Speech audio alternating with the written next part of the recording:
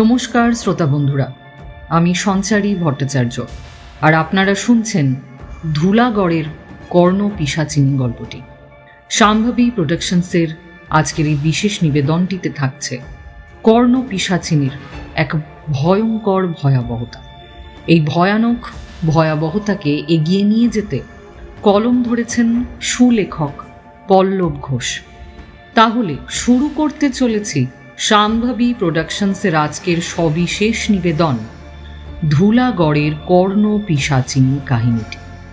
আশা করি কর্ণ পিশাচিনীর ভয় এবং আতঙ্ক কিভাবে গ্রামটিকে নিজের করায়ত্তে নিয়ে নিয়েছিল এবং তারপর আমাদের পছন্দের তারানাথ তান্ত্রিক কিভাবে নিজের প্রয়াস এবং ক্ষমতার দ্বারা গ্রামটিকে কর্ণ পিশাচিনীর কবল থেকে উদ্ধার করলেন, সেই ঘটনাটি আপনাদের মনোগ্রাহী হবে। তাহলে মন দিয়ে শুনতে থাকুন মন খারাপের এই উপাখ্যানটিকে।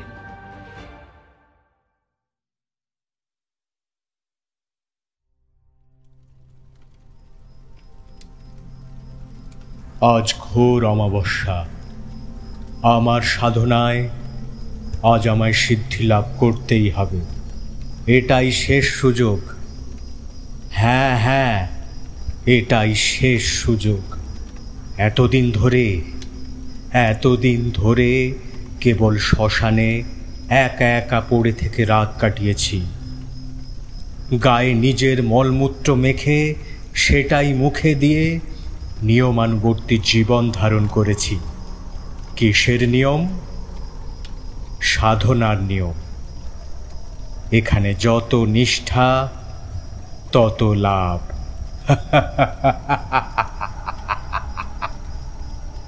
নিজের মলমূত্র গোগ্রাসে গেলা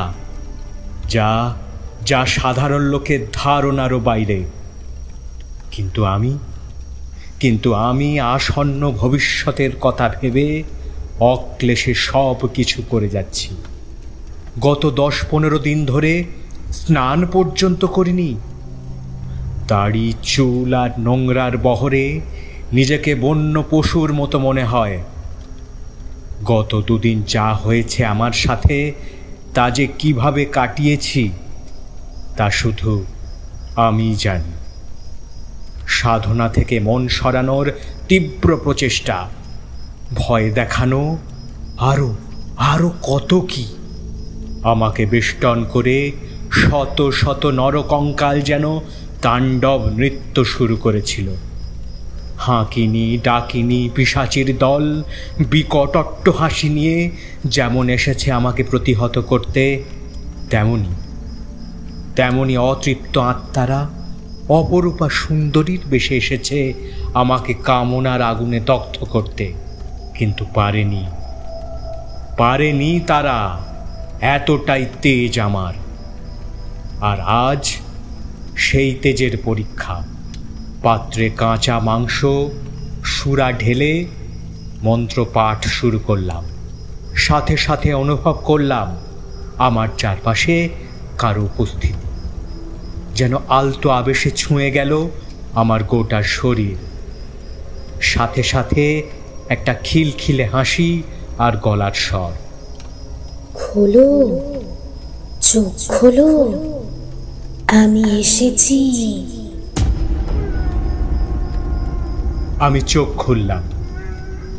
সত্যি এসেছে আমার এতদিনের কঠোর সাধনার আরাধ্য সেই কর্ণ পিশাচিনী। নগ্নাদেহী অপরূপ সুন্দরী যুবতীর বেশে আমার সামনে সে এসে বসল হাঁটু মুড়ে। পাত্রের মদ মাংস তাকে আমি অর্পণ করলাম। সেটা উদরস্থ করে পিশাচি কামুক হাসিতে ঢলে পড়ল। তোমার সাধনায় আমি মুগ্ধ। এসো এসো, আমায় তৃপ্ত করো তুমি। সেই হাসি, সেই নগ্ন শরীরের দোলাচল সাধকের সারা শরীরে, যা কামনার আগুন জ্বালাতে যথেষ্ট। ঝুমঝুম শব্দে পিশাচি এসে বসল আমার উন্মুক্ত নিতম্বে। শুরু হলো তার নিরন্তর ক্ষুধা নিবারণের আদিম খেলা। নগ্ন শরীরে ছুটে বেড়ানো কামুকতা আচ্ছন্ন করল আমায়, আর প্রতিক্রিয়ায় চরম সুখ তার মুখে এঁকে দিল পরিতৃপ্তির হাসি।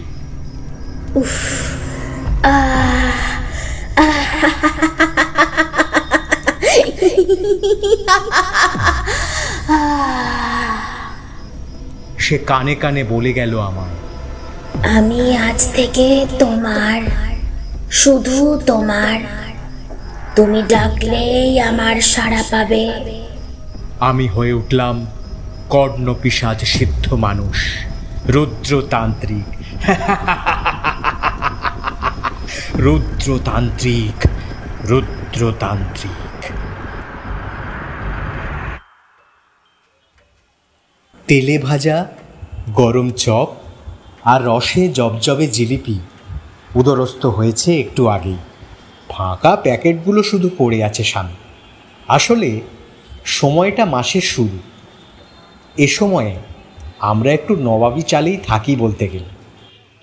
রোজ রোজ অফিস শেষে তারানাথের বাড়ি এসে গল্প শোনা আর দফায় দফায় চা খাওয়া।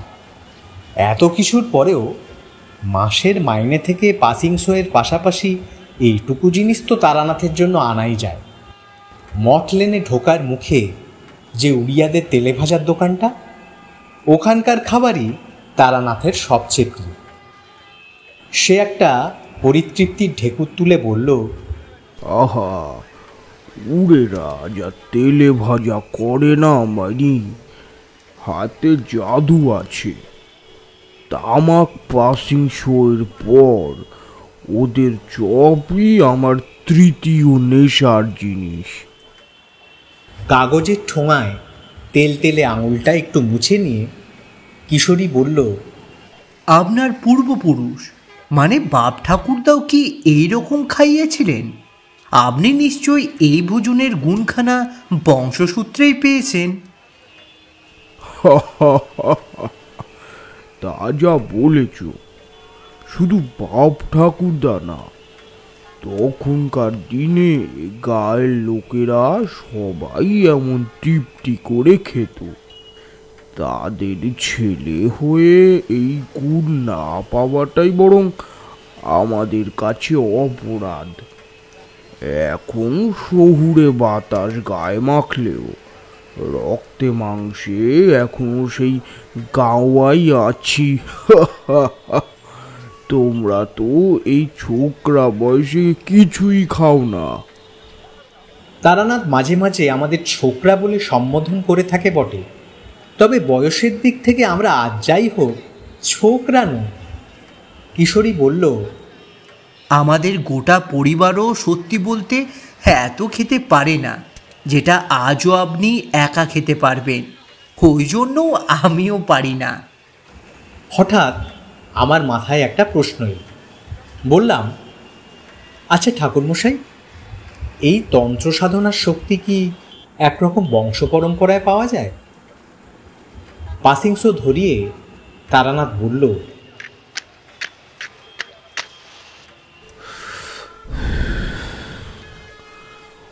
ওভাবে তো কোনো শক্তি হস্তান্তর হয় না, তবে ওই পথে যাওয়ার একটা লক্ষণ থাকে।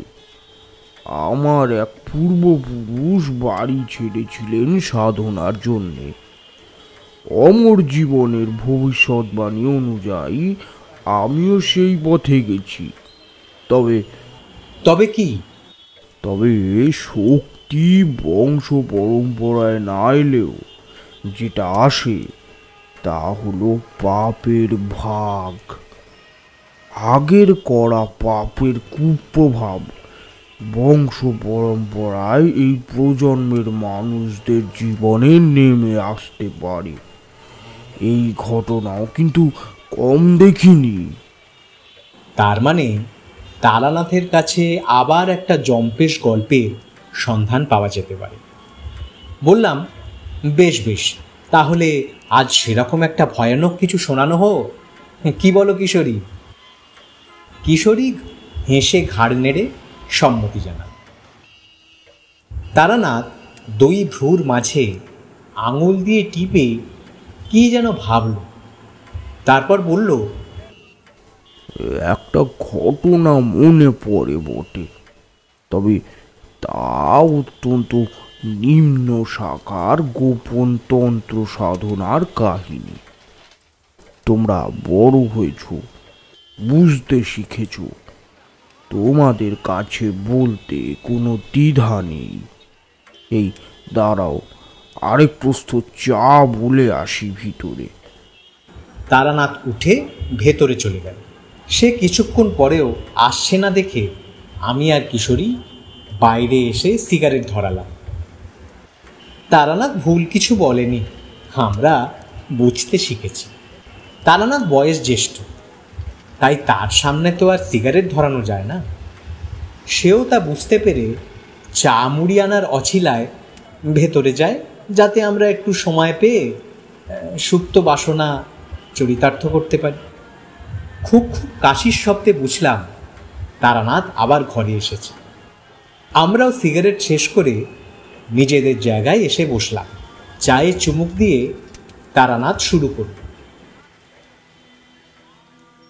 ঘটনাটা যে সময়, তখন আমার সবে বিয়ে হয়েছে। একটু আধটু জ্যোতিষগিরির কাজও শুরু করেছি। ঠাকুরের কৃপায় হাতে পয়সা আর নাম দুটোই আসছে। এ সময় একদিন ধুলাগড়ের নায়েব মশাই এলেন আমার কাছে একটা নিমন্ত্রণের প্রস্তাব নিয়ে। ধুলাগড়ের জমিদার সূর্যশেখর রায়ের কাকা রুদ্রশেখর পারলৌকিক ক্রিয়া, তাই আমাকে ব্রাহ্মণ হিসাবে তা সুষ্ঠুভাবে সম্পাদনের কাজ করতে হবে। জমিদারের সাথে ততটা পরিচয় না থাকলেও নায়েব মশাইয়ের সাথে আমার অনেক আগে থেকেই পরিচয়। উনি প্রায়ই আসতেন আমার কাছে হাত দেখাতে, সেই সূত্রেই আলাপ। রুদ্রশেখর বাবু জীবনের একটা বড় সময় শুনেছিলাম বাড়ি থেকে বেরিয়ে তন্ত্র সাধনায় মন দিয়েছিলেন। বেশ কিছু বছর সাধনা করার পর আবার আমার মতোই ঘরে ফিরে আসেন। ইদানিং তার মৃত্যু হয়েছে, তাই সেই উদ্দেশ্যেই ডাক। তখনকার দিনে জমিদার বাড়ি থেকে আমন্ত্রণ পত্র দোয়াত কালিতে বিশেষ কাগজে পাঠানো হতো। নায়েব মশাই সেটা আমায় দিয়ে বললেন, নিন, এটা পড়ুন, আর না করলে চলবে না, আপনাকে যেতেই হবে, না হলে জমিদার বাবু আমার গর্দান নেবেন। মৃদু হেসে আমি কাগজটা পড়তে শুরু করলাম। কিরকম একটা অদ্ভুত গন্ধ কাগজটায়।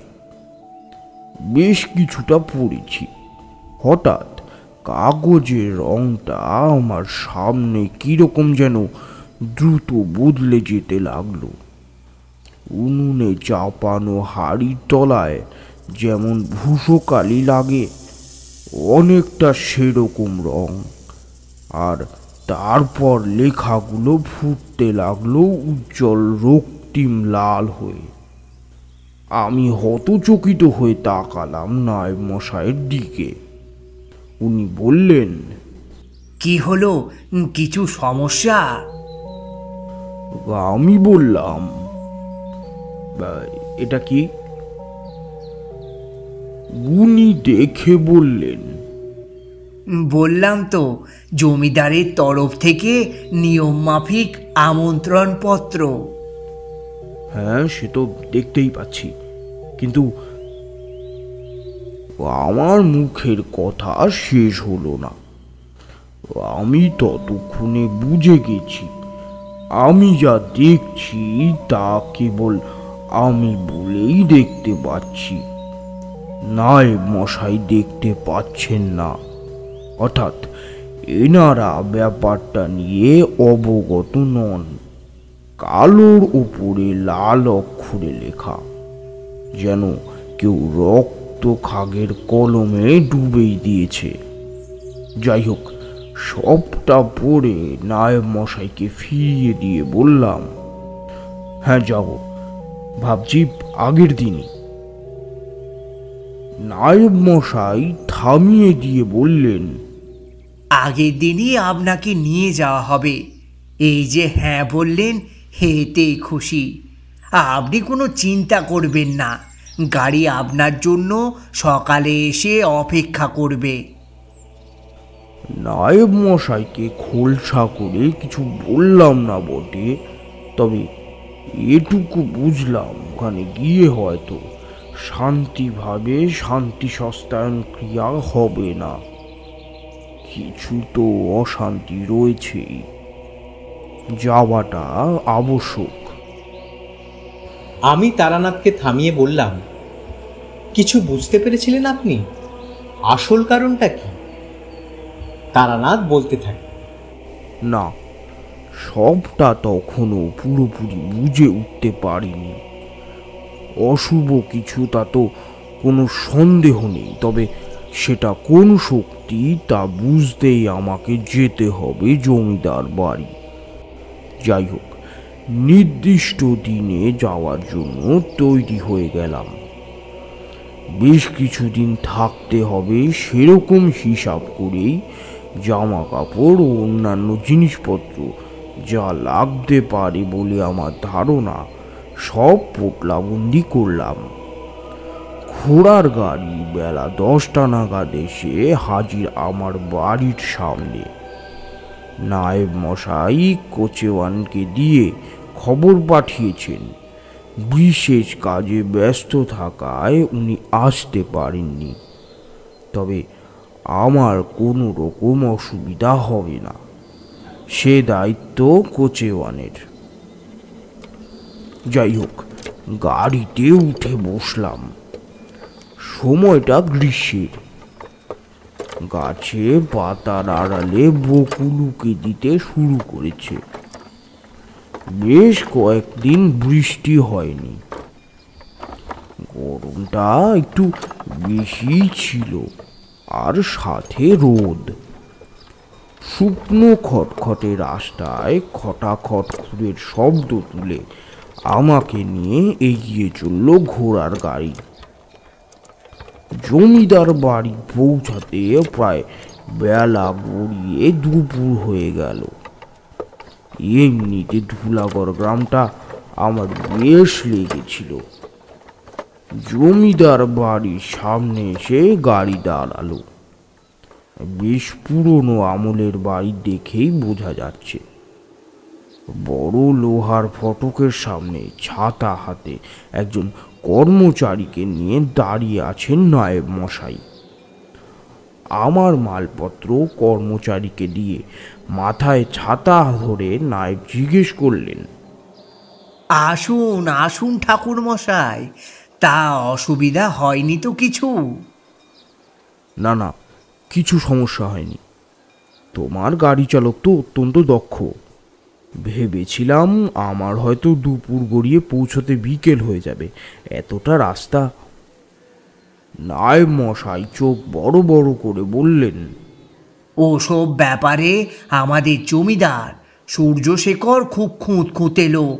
নিজের খাস অতিথি সেবায় কোনো রকম ত্রুটি তিনি বরদাস্ত করবেন না। বেছে বেছে সেরা পরিষেবা তাকে দেওয়া হবে। আজ ওনার অতিথি আপনি। আমি যেতাম, কিন্তু একটা কাজ সকালে এমন পড়ে গেল যে। আরে তুমি ভেবো না, ঠিক আছে। এত বড় জমিদারির নায়েবিয়ানা তোমায় সামলাতে হয়, কাজ তো বটেই। টুকটাক কথাবার্তা বলতে বলতে আমরা ফটকের সামনে এসেছি। দারোয়ান সেলাম ঠুকে দরজা খুলে দিল। নায়েব মশাই আমাকে ঢুকতে বললেন, কিন্তু আমি পারলাম না। দ্বিতীয় ধাক্কাটা খেলাম এখানে। যেন হাওয়ায় ভেসে আসা কোনো অপার্থিব বাধা যেন আমাকে বাধা দিচ্ছে। ঘুরেই নায়েব মশাইকে বললাম, চলুন আপনি এগোন। নায়েব মশাই ঢুকলেন। খুব সহজেই ঢুকলেন বলে মনে হলো। তাহলে আমায় আটকাচ্ছে কে? কেউ কি আমার উপস্থিতি পছন্দ করছে না? আমি কি তন্ত্র সাধনায় দীক্ষিত বলেই? জমিদার বাড়ির ওপরে তাকালাম।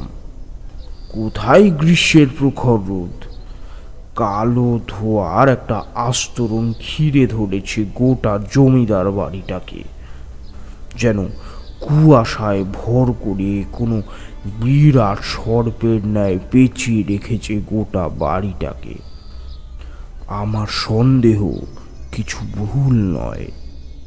এই জিনিসটা কেবল আমার চোখেই ধরা দিয়েছে, মানে অলৌকিক কিছু তো রয়েছেই।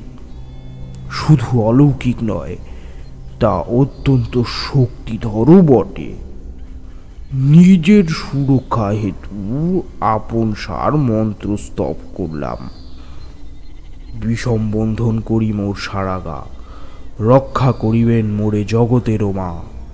মারতণ্ড রক্ষিবেন মোরে, রক্ষিবেন বসুমতী। সকলের কৃপায় ঘুচিবে সর্বদুর্গতি। দেহ বন্ধন করে নিজেকে আবদ্ধ করলাম। মনে মনে ঈশ্বরের কাছে এ বাড়ির শুভ কামনা করলাম। এই অশুভ শক্তি যা আমাকে বাধা দিচ্ছে, তা অন্তত আমার আর কোনো ক্ষতি করতে পারবে না। জোর করেই ঢুকে এলাম ভিতরে, অদৃশ্য বন্ধন কাটিয়ে। নায়েব মশাই এতক্ষণ অবাক হয়ে আমার কাণ্ড কারখানা দেখছিলেন। বললেন, কি হলো ঠাকুর মশাই, কিছু সমস্যা? কি যেন বিড়বিড় করছিলেন? ও কিছু না, জমিদার বাড়ির মঙ্গল কামনায় ঈশ্বরের কাছে প্রার্থনা করলাম আর কি। সাধক অতিথি হলে এ কাজ তো করতে হয়। কর্মচারীটি ব্যাগপত্র পোটলা নিয়ে ততক্ষণে ভেতরের ঘরে গিয়ে খবর দিয়েছে, বাগানের বুক চিরে মূল ফটক থেকে জমিদার বাড়ির দরজা অবধি রাস্তা চলে গিয়েছে। সেটা ধরেই হাঁটতে হাঁটতে নায়েব মশাইকে বর্ণনা করতে লাগলেন জমিদারি হাল হকিকত। উল্টো দিকে দেখলাম একজন সৌম্যদর্শন পুরুষ, আর তার পাশে বরণডালার খুঁটি হাতে দুজন মহিলা। নায়েব মশাই বললেন, ওই তো জমিদার সূর্যশেখর সস্ত্রীক এসেছেন, চলুন। সাক্ষাৎ জমিদারের ছেলের মতোই চেহারা সূর্যশেখরের। লম্বা, ফর্সা, শক্ত সমর্থ দেহ গঠন। লালচে ঠোঁটের উপর সরু গোঁফখানা বেশ আভিজাত্যের আভাস দিচ্ছে। গায়ে তসরের পাঞ্জাবি, ধুতি পাট করা। মোটের উপর জমিদারের বেশভূষা যেমন হয় তাই আর কি। তবে সকলের পোশাক সাদা বা হালকা রঙিন। বাড়িতে অশুভ চলছে, এসব পড়তেই হয়। জমিদার সূর্যশেখর আর আমি পরস্পরকে নমস্কার জানিয়ে কুশল জিজ্ঞাসা করলাম। ভদ্রলোকের বয়স বেশি না, তবে বেশ গুছিয়ে কথা বলেন। কিছু মানুষ হয় না, যাদের দেখলে আপনা হতেই কিরকম শ্রদ্ধা ভালোবাসা আসে। সূর্যশেখরও ছিলেন অনেকটা সেই রকম। বললেন, ঠাকুর মশাই, আমাদের নায়েব মশাইয়ের মুখে আপনার কথা অনেক শুনেছি। আজ আপনার সাথে দেখা করার পরম সৌভাগ্য হলো। আমার কাকামশাইয়ের এই পারলৌকিক ক্রিয়া কিন্তু আপনাকেই সুষ্ঠুভাবে সম্পন্ন করতে হবে। অনুগ্রহ করে ধুলাগড়ের জমিদার বাড়ির আতিথ্য গ্রহণ করুন। ভানুমতি আমাকে নমস্কার জানিয়ে বলল, এই শ্যামা, ঠাকুরমশাইকে জল আর গামছাখানা দে। আসুন আসুন ঠাকুরমশাই, ভেতরে আসুন। গরমে এতটা এসে ক্লান্ত হয়ে গেছেন নিশ্চয়ই। আমরা সকলে জমিদার বাড়ির অন্দরমহলে গেলাম। বেশ সুন্দর বৈঠকখানা, মাথার উপর ঝাড়লণ্ঠনখানা বেশ পুরনো আমলের বলে মনে হয়। সূর্যশেখর বললেন, এই জমিদারি আমার অনেক আগের পূর্বপুরুষের। তবে দাদু চন্দনশেখর এই বাড়ি সংস্কার করে সব কিছু ঢেলে সাজান। এই যে ঝাড়লণ্ঠন দেখছেন, এটা ওনার কোনো এক বিদেশি বন্ধু নাকি উপহার দিয়েছিলেন। গভীর মনোযোগ দিয়ে সব কিছু দেখতে লাগলাম। এমন সময় একটা বছর 10-এর বাচ্চা ছুটতে ছুটতে এসে জড়িয়ে ধরল সূর্যশেখরকে।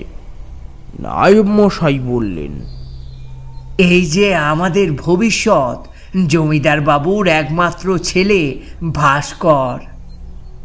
ছেলেটি বেশ সুন্দর, ফুটফুটে, কিন্তু ওকে দেখার পর থেকেই কিরকম একটা অস্বস্তি হতে লাগলো মনের ভিতরে। এমনটা তো হবার কথা না।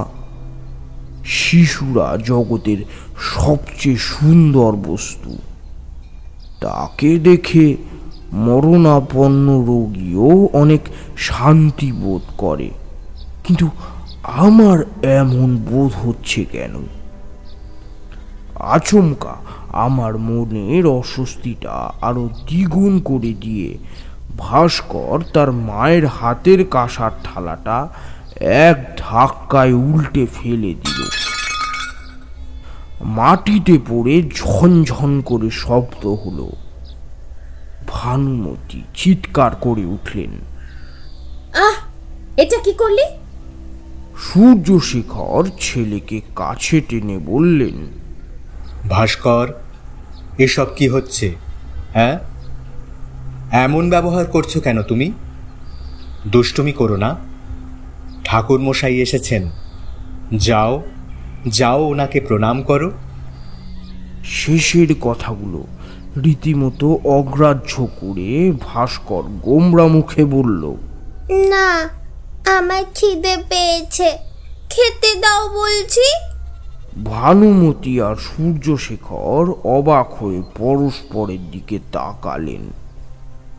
ভানুমতি মুখে আঁচল চাপা দিয়ে বললেন, এই তো একটু আগে এত ভাত খেলে পেট ভরে, তার মধ্যে এত খিদে?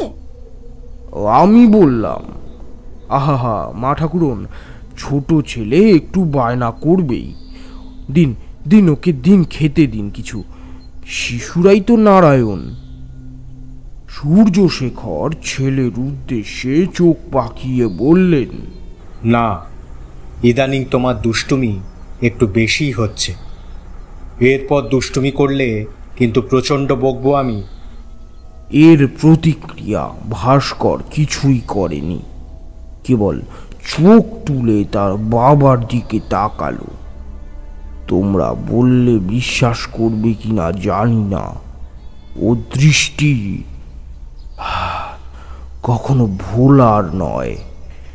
একটা বাচ্চার চোখ থেকে যে এমন ক্রোধের আগুন বর্ষণ হতে পারে তা আমার ধারণারও বাইরে। চিৎকার, হট্টগোল এসব না হয় মানলাম, কিন্তু প্রতিপক্ষ যখন সেসবের বদলে নীরব থাকে তখন তা কোনো মতেই হালকাভাবে নেওয়া যায় না হে। মিনিট খানেক ওভাবে তাকিয়ে থাকার পর ভানুমতি ছেলেকে নিয়ে ভিতরে চলে গেলেন। আচ্ছা, ছোট ছেলে পিলে তো এমন বায়না করেই থাকে, এটা খাবো ওটা খাবো, জিনিস ভাঙচুর করা, এ আর আশ্চর্যের কি? আরও একটা সিগারেট বের করে সেটা ধরিয়ে তারানাথ বলতে থাকে,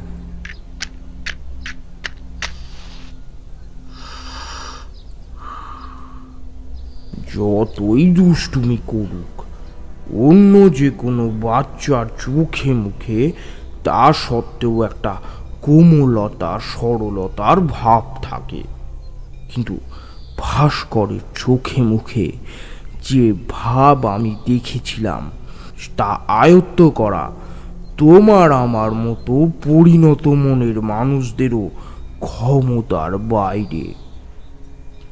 এই জিনিসটা তোমাকে ঠিক বলে বোঝাতে পারবো কিনা জানি না, তবে এতেও আমি পুরোপুরি নিশ্চিত ছিলাম না যে এই বাড়ির ভেতরে আসলে সমস্যাটা কি হচ্ছে।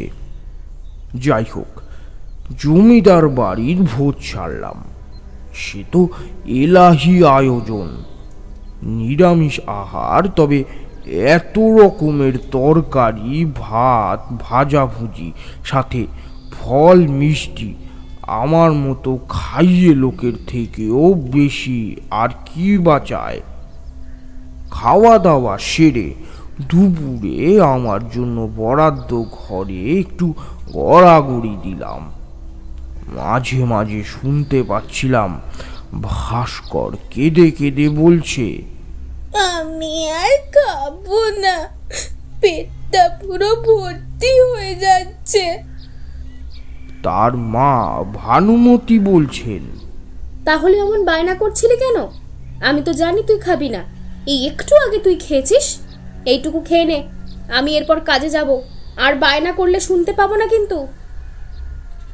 আশ্চর্য, ভাস্করের সাথে একটু আলাদা করে কথা বলতে হবে। বিকালে আমি আর জমিদার সূর্যশেখর দোতলার বারান্দায় বসে হুকোয় টান দিচ্ছি। জমিদারের খাস চাকর রামদুলাল জম্পেশ ছিলিম সেজেছে বলতে হবে। মজ করে টান দিতে দিতে সূর্যশেখর বললেন, ঠাকুরমশাই, জানেন, একটি ব্যাপার বেশ কিছুদিন ধরে লক্ষ্য করছি। হয়তো ততটা পাত্তা দিতাম না যদি না আজ দুপুরে অমন একটা ঘটনা আমাদের সামনে হতো। আমি বললাম, আপনার ছেলে ভাস্করের ব্যাপারে কি? হ্যাঁ, ঠিকই ধরেছেন। ভাস্কর 12 বছর বয়স হতে চলল ছেলেটার, অথচ এখন প্রায়ই কিরকম অদ্ভুত সব কথা বলে, অদ্ভুত সব আচরণ করে। কিরকম বলুন তো? কিরকম? এই যেমন ধরুন, প্রায় রাতে নিজের ছোটবেলার কথা ও না নিজেই তার মাকে বলে। ওর যখন 2-1 বছর বয়স, তখন ও কি করত, কি খেত, এইসব। কিন্তু আপনিই বলুন ঠাকুরমশাই, এসব কি কারোর মনে থাকার কথা? হ্যাঁ, আর না হয় সে কথা ছেড়েও দিলাম। একদিন আমার হাতের ওপর এই কাটা দাগটা দেখে বলল, আমি একটু সাবধানে তরবারি চালালে নাকি এটা আজ হতো না। কিন্তু এই দাগ হয়েছে আমার নিজের যুবা বয়সে, অস্ত্র চালনা করার সময়। তখন ওর জন্মানো তো দূর, আমার বিয়েই হয়। আর আজকের আচরণ তো আপনি দেখলেন। হতেই পারে আপনার স্ত্রী মানে ভানুমতি দেবী কখনো গল্পের ছলে ভাস্করকে সব বলেছে, সেগুলোই পুনরাবৃত্তি করছে ও। সূর্যশেখর ঘাড় নাড়ালেন। না না না না ঠাকুরমশাই, তা হতে পারে না। কারণ আমার স্ত্রী এ ব্যাপারে নিজে স্বীকার করেছে যে সে ওকে এসব বলেইনি। ওই তো ভাস্কর আসছে, দাঁড়ান। ভাস্কর, ভাস্কর, এদিকে শোনো তো একবার। জমিদারের কথায় ঘুরে তাকিয়ে দেখলাম ভাস্কর একটা সুতোর বল নিয়ে সেটা আপন মনে পাকাতে পাকাতে এদিকে আসছে। সূর্যশেখর আরো কিছু বলতে যাচ্ছিলেন, কিন্তু আমি থামিয়ে দিয়ে ভাস্করকে কাছে ডেকে আনলাম। বললাম, ভাস্কর, আমাকে চিনতে পারছো সোনা? বলো তো আমি কে? ভাস্করের চোখে এবার অদ্ভুত পরিবর্তন দেখলাম। সে আমার দিকে একবার তাকালো। মুহূর্তের মধ্যে তার চোখটা কিরকম মোড়ে পেট ফুলে ভেসে ওঠা মাছের মতো সাদাটে হয়ে এলো। উত্তেজনায় আমার গায়ের লোম খাড়া হয়ে উঠেছে। তখন ভাস্কর তারপর আপনা হতেই চোখ বুজে ফেলল। চোখ খুলে তারপর অদ্ভুত হেসে বলল, তোমাকে ওই শ্মশানের পাগলি ভয় দেখিয়েছিল না? তুমি আবার ভয়ও পেয়েছিলে। ওই ওই শুয়োর চড়ানো লোকটা এসে তোমায় বাঁচিয়ে দিল। এত বড় হয়েও তুমি ভয় পাও। আমি অবাক হয়ে দেখে যাচ্ছি তাকে। এও কি সম্ভব? মাতু পাগলি, কাল ভৈরব এদের কথা এই বাচ্চাটা বলছে কি করে? আর ওর হাসি কখনোই ছোট ছেলের নিষ্পাপ হাসির মতো লাগছে না। ভাস্করকে ছেড়ে দিলাম। সূর্যশেখরকে বললাম, আচ্ছা, এমনটা কতদিন ধরে দেখছেন? সূর্যশেখর বললেন, বেশি দিন না, এই ধরুন মাসখানেক। প্রথমটা একটু কম ছিল। তারপর আমার কাকামশাই রুদ্রশেখরের শারীরিক অবস্থার একদম অবনতি হওয়ায় আর অতটা গুরুত্ব দিই।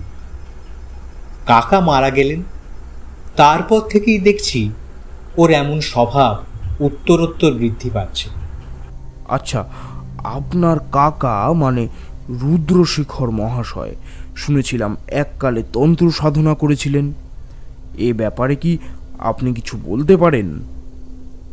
সূর্যশেখর বললেন, কাকামশাই যখন আমার বছর 15 বয়স, তখন বাড়ি ছেড়েছিলেন। সাধনার প্রতি ওর বরাবরের নেশা। অনেক বই খাতায় আলমারি ভর্তি ওনার ঘর। বিয়ে থা করেননি স্বাভাবিক, কিন্তু আচমকা 1 বছর আগে নিজের এই বাড়িতে ফিরে আসে। আমরাও খুব খুশি হলাম কাকাকে ফিরে পেয়ে। ভাস্করও তার দাদুকে প্রথমবারের জন্য পেল। দুজনের ভারী ভাব হল। সব সময় ও কাকার সাথেই ঘুরত। কাকার অবশ্য বয়স হয়েছিল অনেক। মাস 1.5 আগে রোগে পড়ল। তারপর তো জানেনই সব। হ্যাঁ, তবে কাকামশাই নিজের সাধনা জীবনের ব্যাপারে কখনো কিছুই আমাদের বলেন। তবে তবে কি? বুঝলেন ঠাকুরমশাই, আমার কাকামশাই মৃত্যুর আগে বেশ কিছুদিন খুবই কষ্ট পেয়েছেন। শরীরে অসহনীয় যন্ত্রণা হতো তার। চিৎকার করতেন রাত বিরেতে। মাঝে মধ্যে ঘুমের ঘোরে বলতেন, আমি যাব না, আমি যাব না, তুমি চলে যাও, চলে যাও তুমি। তবে কার সাথে বকতেন, কি বকতেন, তা বুঝতে পারেন ঠাকুরমশাই। বুঝলাম। সন্ধ্যায় বিশেষ কিছু হলো না। কেবল আমি, নায়েব মশাই আর সূর্যশেখর বসে 3 দিনের কাজে মোটামুটি কি জোগাড় হয়েছে আর কি কতটা লাগতে পারে সেসবের হিসাব করছিলাম। কালঘাট, নখ চুল কেটে স্নান সেরে নতুন জামা কাপড় পরা ইত্যাদি নানা রকম সব রীতিনীতি রয়েছে। এসব নিয়েই আলোচনা হলো। সত্যি বলতে কথাবার্তা আর কালকের এরকম বড় কাজের দায়িত্ব মাথায় আসায় বিকেলে সব কথা এক প্রকার ভুলেই গিয়েছিলাম। রাতে খাওয়া দাওয়াও বেশ তৃপ্তি করে হলো। ঘরে শুয়ে ঘুমাচ্ছি। রাত তখন কত হবে খেয়াল নেই, তবে বেশ গভীর। হঠাৎ দরজায় একটা ঠক ঠক শব্দ শুনে ঘুমটা ভেঙে গেল। ঠক ঠক না, দুমদাম শব্দ। বুঝলাম দরজার ওপারের লোক অত্যন্ত প্রয়োজনীয়তা নিয়েই এসেছে। কিন্তু এত রাতে কে? কারো বিপদ আপদ হয়নি তো কিছু? হঠাৎ ভাস্করের কথা মনে পড়ে বুকটা কেমন ছ্যাদ করে উঠল। উঠে গিয়ে দরজা খুললাম। রাতের আধারে গা মিশিয়ে আবছায়ায় আমার দরজার বাইরে দাঁড়িয়ে একটা 10-12 বছরের ছোট্ট ছেলে, ভাস্কর। তার শরীর কিরকম একটা অপার্থিব আলোয় মাখামাখি, মাথাটা সামনের দিকে নোয়ানো। জিজ্ঞেস করলাম, ভাস্কর, কি হয়েছে তোমার? এত রাতে? ব্যাস দিয়ে আটা লোহার ডান্ডার মতো যেন শটান হয়ে সোজা হয়ে গেল ভাস্করের ঘাড়। তার চোখ মুখের অবস্থা দেখে আমি ভয়ে রীতিমতো চমকে দুপা পিছিয়ে এলাম। টকটকে লাল দুই চোখে যেন আগুন ঝরছে। আহত শব্দের ন্যায় এক বিকৃত রকমের ঘর শব্দে বেরিয়ে আসছে তার গলার ভেতর থেকে। ভাবটা এমন যেন আমাকে এক্ষুনি ছিনে খাবে। কিন্তু বিভীষিকা এখনো শেষ নয়। ধীরে ধীরে একটা কালো ধোঁয়ার স্তূপ তৈরি হলো ভাস্করের মাথার পিছনে। ঘুরপাক খেতে খেতে তার রূপ নিল এক নগ্ন নারী মূর্তির। বাবারা যেমন তাদের বাচ্চাদের কাঁধে চড়িয়ে ঘোরায়, ঠিক সেইভাবেই সেই অপার্থিব ছায়াময় কালো দেহটা চেপে বসল ভাস্করের ঘাড়ে। জল জল করে উঠল তার ভাঁটার মতন দুই চোখ। যতটা সহজে এই দৃশ্য বর্ণনা করছি, ঠিক ততটাই ভয়ঙ্কর ছিল তা সেই গভীর রাতের আধারে। ভাস্করের কাঁধে ভর করে থাকা সেই পিশাচি এবার বলে উঠল, কাল কোনো সস্তায়ন হবে না, কিচ্ছু হবে না, ও আমার সাথে যাবে, আমার। উফ, সেই হাসি আজও মনে পড়লে বুকের রক্ত হিম হয়ে আসে। আমি তারানাথ জ্যোতিষানব। ভয়কে জয় করে আমি শ্মশানে মশানে পড়ে থেকেছি, সব সাধনা করেছি। আমার তো ভয় পাওয়া সাজে না। বললাম, কাল পারলৌকিক ক্রিয়া হবেই, আমি করব। না, চিৎকার করে উঠল পিশাচি। রুদ্রতান্ত্রিকের আত্মা আমি নিয়ে যাব, আমি। তুই আমাকে আটকাবি, দেখি কত ক্ষমতা। সব ধ্বংস করে দেব, সব কিছু ধ্বংস করে দেব।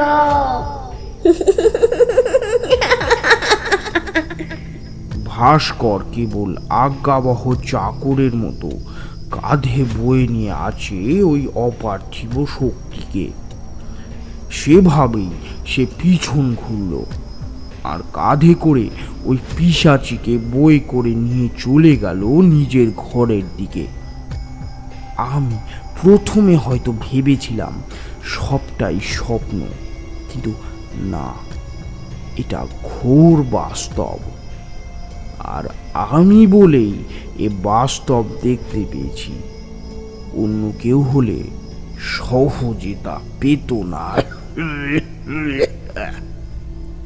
তারানাথকে থামিয়ে এবার আমি বললাম, আচ্ছা, আপনি ভাস্করকে ওই অবস্থায় দেখেও পিশাচিনীর দমন করলেন না কেন? তারানাথ সিগারেটে টান দিয়ে বলল, পারতাম না। ওই শক্তি আসলে কি তা না জানা অবধি আমি কিছুই করতে পারতাম না। রোগ না জানলে ডাক্তার ওষুধ দেবে কেমন করে? তাছাড়া ভুলে যেও না, ওর বশে রয়েছে ভাস্কর। আমি কিছু করতে গেলেই ও যদি ভাস্করের ক্ষতি করত তাহলে? ওর কাজ ছিল আমাকে ভয় দেখানো, সেটাই ওকে করতে দিলাম। এবার আমার কাজ এটা জানা যে এই পিশাচি আসলে কে, সে এখানে এলোই বা কি করে। ভাস্করের ঘাড়ে সে অমন বিভৎস ভাবে চেপে বসে আছে কেন? রুদ্রতান্ত্রিক মানে রুদ্রনারায়ণের কাজ করতে ওর কি সমস্যা? এতগুলো প্রশ্নের উত্তর আমায় জানতেই হবে। জমিদার বাড়ির সামনে বড় বিপদ, তা তো বুঝতেই পারছিলাম। তারপর রাতটা বিছানায় এপাশ ওপাশ করেই কাটালাম। বাকি রাতটা আর ঘুম এলো না। ভোরের দিকটা একটু ঘুমিয়ে পড়েছিলাম। রামদুলালের ডাকে সকালে ঘুম ভাঙল। সকালের অবস্থা দেখে মনটা কিরকম যেন খারাপ হয়ে গেল। চারদিকে কিরকম একটা মেঘলা কুয়াশাচ্ছন্ন গুমট ভাব। এ বাড়িতে যে অশুভ শক্তি ছড়িয়ে রয়েছে এ তারই ইঙ্গিত।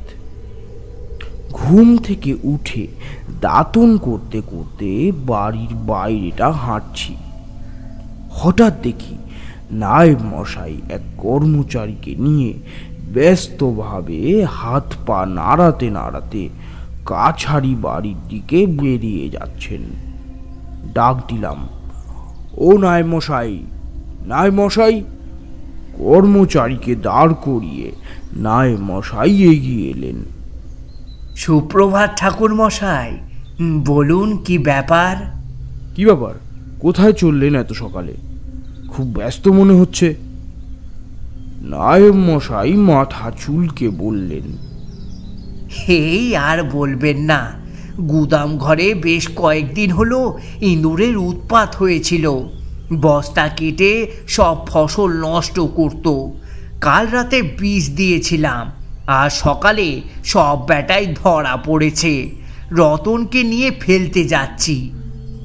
আমি মুখ বাড়িয়ে রতনের হাতে ধরা একটা কালো ছোট ব্যাগ দেখলাম।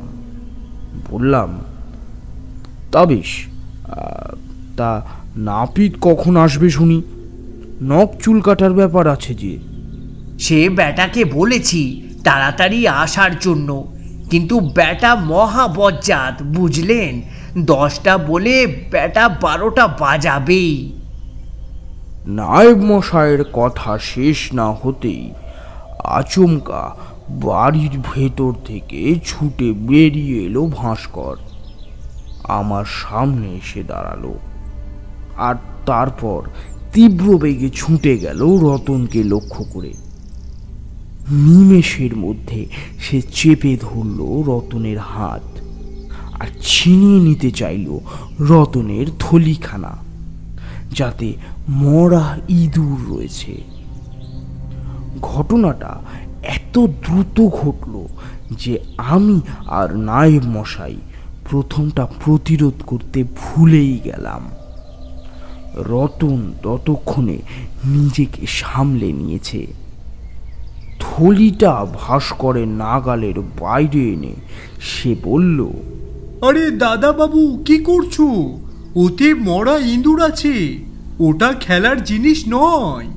কিন্তু দাদা বাবু ওরফে ভাস্কর সে সব শোনার বা বোঝার অবস্থায় নেই। তার চাই ওই ইঁদুরগুলো। এবার একটা বিকট গর্জন করে ভাস্কর রতনের হাতের ওপর সজোরে কামড় বসিয়ে দিল। যন্ত্রণায় ভয়ে চিৎকার করে উঠল রতন।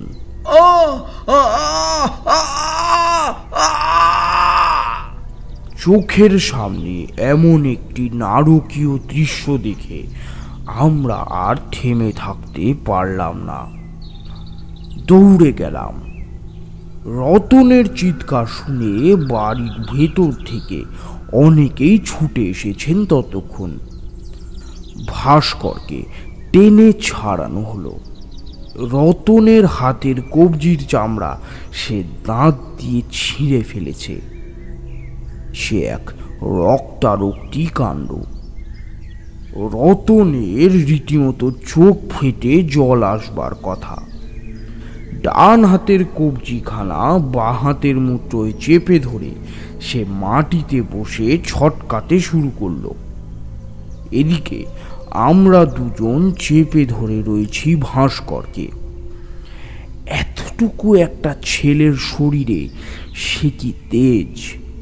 চোখে মুখে যেন ক্রূর হিংস্র নৃশংস পাশবিকতার আগুন জ্বলছে, যেন ছাড় পেলেই ছিঁড়ে খাবে রতনকে। আচমকা কিরকম তীর তীর করে কেঁপে উঠল ভাস্করের শরীরটা।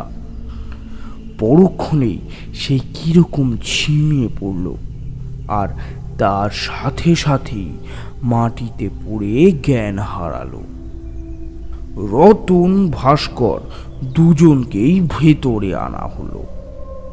ডাক্তার এসে রতনের হাত ধুয়ে ওষুধ লাগিয়ে কাপড় বেঁধে দিলেন। ভাস্করকে দেখে বললেন, চিন্তার কোনো কারণ নেই। তবে কেন ভাস্কর এমনটা করল তা তিনি ঠাহর করতে পারলেন না। ভাস্কর কেন করল তা আমি অনেকটাই বুঝতে পারছি এবার।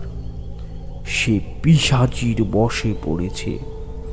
এরা নরকের সেই নিম্ন শ্রেণীর শক্তি যারা ক্রূরতা, হিংস্রতা, রক্ত ছাড়া কিছুই বোঝে না। আমাকে যে করেই হোক ভাস্কর ও জমিদার বাড়িকে বাঁচাতেই হবে। সূর্যশেখরকে বললাম, জমিদার বাবু, আপনি রামদুলালকে একবার আমার সাথে আসতে বলুন তো। আপনার কাকা রুদ্রশেখরের ঘরটা আমি এক্ষুনি দেখতে চাই। কথা মতো কাজ হলো। রামদুলালকে নিয়ে আমি রুদ্রশেখরের ঘরে এলাম। গোটা ঘরে তন্ত্রমন্ত্রের বইতে ঠাসা। আমি নিশ্চিত ছিলাম এখানে কিছু সূত্র আমি পাবই। এদিক ওদিক তন্ন তন্ন করে খুঁজতে লাগলাম। অবশেষে আমার ধারণা সত্য প্রমাণিত হলো। যা চেয়েছিলাম তাই পেয়েছি আমি। লাল কাপড়ে মোড়ানো একটা খাতা। রুদ্রশেখরের নিজের হাতের লেখাই হবে তার সন্দেহ নেই। তাতে রুদ্রশেখরের জীবনের একাধিক কথা লেখা ছিল, যা তিনি কাউকে কখনো বলেননি। খাতার শেষ দিকে লেখাগুলো পড়তে পড়তেই আমার সামনে সবটা পরিষ্কার হয়ে গেল। রুদ্রশেখর তার মানে কর্ণ পিশাচি নিয়ে সাধনা করেছিলেন। সেই ক্রূর পিশাচ শক্তি যা একবার সিদ্ধ হলেই সাধকের কানে কানে এসে মানুষের ভূত ভবিষ্যৎ সব বলে দেয়। এটাও বুঝতে বাকি রইল না যে ভাস্করের সাথে কি হয়েছে। এর থেকে চির পরিত্রাণের উপায় তো আমার জানা নেই, কেননা সাধক নিজের ইচ্ছায় এই শক্তিকে আলিঙ্গন করেছে। তবে একটা পন্থা রয়েছে। রামদুলালকে খাতাটা ফেরত দিয়ে নিজের ঘরে এলাম। আতিপাতি করে খুঁজতে লাগলাম আমার পোটলার ভিতরটা। ঠিক সেই সময় কানে এলো চিৎকারটা। সূর্যশেখরের স্ত্রী ভানুমতির চিৎকার। দৌড়ে নিচে নেমে গেলাম। বসার ঘরে ততক্ষণে তুলকালাম কাণ্ড শুরু হয়েছে। বাড়ি শুদ্ধ লোকের মাঝখানে কাটারি হাতি দাঁড়িয়ে রয়েছে একটা 12 বছরের ছেলে ভাস্কর। তার সারা শরীর কিরকম একটা কালচে নীল হয়ে রয়েছে, চোখ দুটো রক্তবর্ণ। জগতের সমস্ত ক্রূরতা হিংস্রতা এসে ঠাঁই পেয়েছে তার মুখে, আর তার গলা চিরে বেরিয়ে আসছে এক পিশাচিনীর গর্জন। শেষ করে ফেলবো, সবাইকে শেষ করে দেব। রুদ্রতান্ত্রিকের আত্মা আমার চাই, আমার।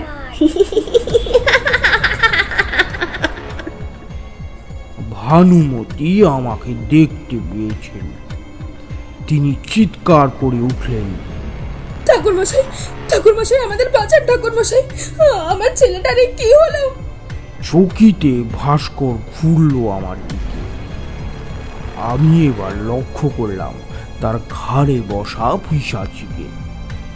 সেই কালো বিভৎস দেহ, আগুনের মতন জল জলে তার চোখ। চিৎকার করে সে এবার আমার হাতের কাঁটারিটাকে ছুঁড়ে মারল আমাকে লক্ষ্য করে। সূর্যশেখর, ভানুমতি চিৎকার করে উঠলেন। আমি কোনো মতে মাথা নিচু করে কাটারির হাত থেকে বাঁচলাম। ভাস্কর এখন নিরস্ত্র। রামদুলালকে বললাম, রামদুলাল, ওকে চেপে ধরো এক্ষুনি। রামদুলাল দৌড়ে গেল। জমিদার বাবুর চাকরের দম আছে বলতে হবে। ঠিক কৌশলে পেছন থেকে গিয়ে চেপে ধরল ভাস্করের হাত, কিন্তু তার পক্ষেও তাকে আটকে রাখা সহজ নয়। ভাস্করের গায়ে এখন মোষের মতন শক্তি। তার গলা থেকে অনবরত বেরিয়ে আসছে সেই পিশাচির গর্জন। ছাড় আমাকে, ছাড়, শেষ করে দেব, সব শেষ করে দেব, সব শেষ করে দেব। এবার এগিয়ে এলেন নায়েব মশাই, সূর্যশেখর, সবাই। ভানুমতিকে বললাম তাড়াতাড়ি গঙ্গা জল এনে দিতে। গঙ্গা জল এনে দিলে তাতে মন্ত্র পড়ে তা ভাস্করের গায়ে ছিটিয়ে দিতেই চিৎকার করে উঠল সেই কর্ণপিশাচিনী। সুযোগ বুঝে আমার সাথে করে আনা 64 যোগিনী সিদ্ধ মাদুলি বেঁধে দিলাম ভাস্করের হাতে। ভাস্কর ধীরে ধীরে কিরকম আচ্ছন্নের মতো এলিয়ে পড়ল সূর্যশেখরের গায়ে। ধীরে ধীরে তার ভেতর থেকে মিলিয়ে আসতে লাগলো পিশাচিনীর চিৎকার। ছাড়বো না, আমি কিছুতেই ছাড়বো না। আবার আসবো, আবার আসবো। রুদ্রতান্ত্রিকের আত্মা আমার চাই, আমার চাই।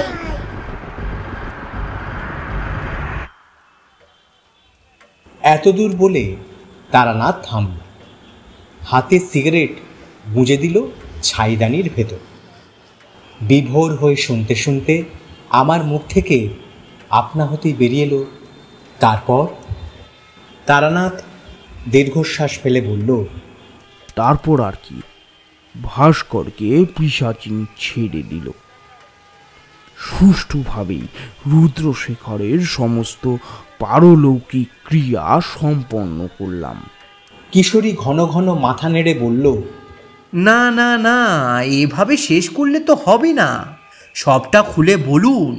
এই কর্ণপিশাচিনীর সাধনা তো বললেন রুদ্রশেখর করেছিলেন, তাহলে ভাস্করকে ধরল কেন? তারানাথ হেসে বলল, আচ্ছা শোনো তবে। রুদ্রশেখর সাধনার জন্য বাড়ি ছেড়েছিলেন এবং পরে তিনি কর্ণপিশাচিনীর সাধনা করেছিলেন। কর্ণপিশাচিনীর সাধনা অত্যন্ত নিম্নমানের সাধনা, বুঝলে? অসুচি, যৌন আবেগ ওইসব হলো ওই সাধনার অন্যতম উপকরণ। সাধনা পদ্ধতি আর বিস্তারিত বললাম না, তবে একবার পিশাচিনীকে সন্তুষ্ট করলে সে সাধকের বশ হবে। কানে কানে এসে সাধককে সবার ভূত ভবিষ্যৎ বলে দিতে থাকবে। তাই ভাস্কর আমার অতীত বলতেই আমার সন্দেহটা দৃঢ় হলো।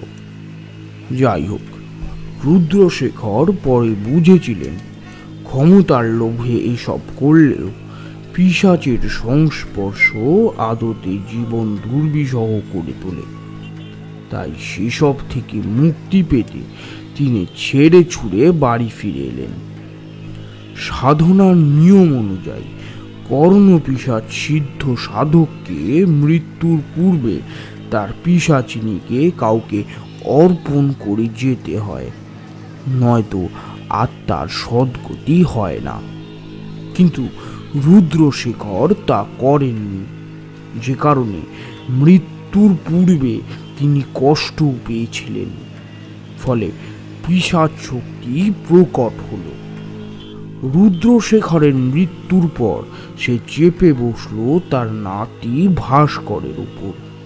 হয়তো জীবনের শেষ সময়টা তিনি নাতির সাথেই বেশি কাটিয়েছিলেন। নাতিকেই নানা রকম গল্প শুনিয়েছিলেন। ফলে পিশাচির কাজ হলো আরো সহজ। তবে রুদ্রশেখরের আত্মাকে সে ছাড়তে পারেনি। আত্মাকে নরকে নিয়ে যাওয়ার জন্যই সে বদ্ধপরিকর। একটা প্রশ্ন মাথায় আসতে বললাম, আচ্ছা, যে মাদুলি আপনি দিলেন তাতেই কি সব সমাধান হলো? আপনি তো বললেন এর কোনো সমাধান নেই নাকি? তারানাথ হাসল। ভালো বলেছ।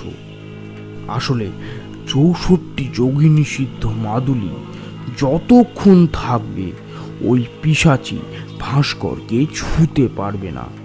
কিন্তু ওটা হাত থেকে খুললেই সব শেষ। সারা জীবন তাকে এটা পড়তেই হবে। আদতেই এসব পিশাচ সাধনা পাপ, বুঝলে অফিসের বাবুরা? পাপের ফল এত সহজেই কি এড়ানো যায়? যায় না হে, যায় না।